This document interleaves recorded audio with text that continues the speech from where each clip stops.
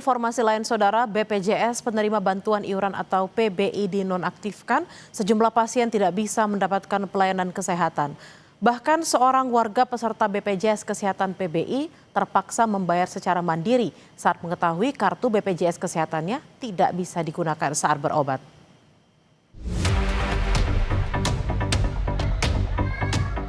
Akibat BPJS penerima bantuan iuran atau PBI dinonaktifkan, sejumlah pasien tidak bisa mendapatkan pelayanan kesehatan. Sebelumnya, Meni, pasien penerima bantuan iuran atau PBI jaminan kesehatan, terpaksa pulang kembali ke rumah dan tidak bisa berobat di rumah sakit umum daerah karena BPJS PBI miliknya dinonaktifkan. Meni mengaku tidak tahu jika BPJS PBI sudah dinonaktifkan sehingga tidak lagi bisa menerima jaminan kesehatan. Meni pun harus menunggu waktu agar BPJS PBI miliknya bisa diaktifkan kembali.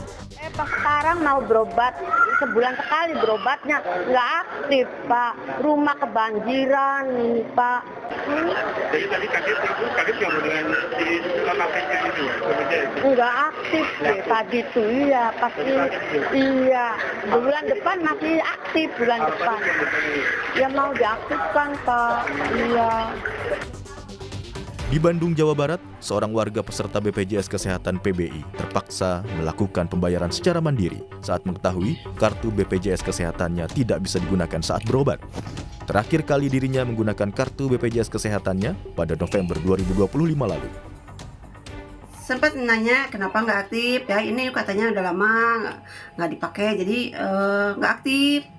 Kalau yang anak saya gitu. Alasannya gitu, udah lama nggak dipakai, nggak aktif. Oh, terus akhirnya berobatnya gimana deh? Berobatnya jadi bayar. Oh, jadi bayar. Ya, bayar ke puskesmasnya. Iya, sekarang jadi bayar 15.000. 15.000. Iya. Senin lalu, saat rapat bersama DPR, Menteri Sosial Syaifullah Yusuf menegaskan pemerintah tidak mengurangi jatah penerima BPJS Kesehatan, penerima bantuan iuran atau PBI.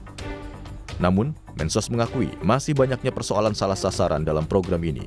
Mensos bilang, sebanyak 54 juta penduduk yang berhak belum menerima PBI. Untuk itu, Kementerian Sosial akan melakukan perombakan dalam penyaluran penerima bantuan iuran jaminan kesehatan agar tidak ada lagi yang salah sasaran. Bansos maupun subsidi sosial itu tidak tepat sasaran.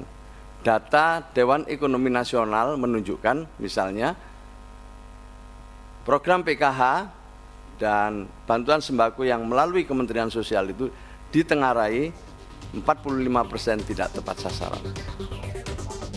Direktur Utama BPJS Kesehatan Ali Gufron Mukti menjelaskan, BPJS Kesehatan tetap berfokus menjaga akses layanan kesehatan. BPJS Kesehatan berada di sisi demand, bukan supply layanan kesehatan. Ini BPJS itu tugasnya umumnya adalah di demand side-nya, sedangkan supply side itu bukan BPJS. Nah, ini orang yang sering salah. Jadi supply side itu contohnya dokter, vaskes, terus masalah obat, masalah alat kayak gitu, itu bukan BPJS. Nah, BPJS itu bagaimana orang bisa akses dengan kualitas tertentu tanpa kesulitan keuangan gitu.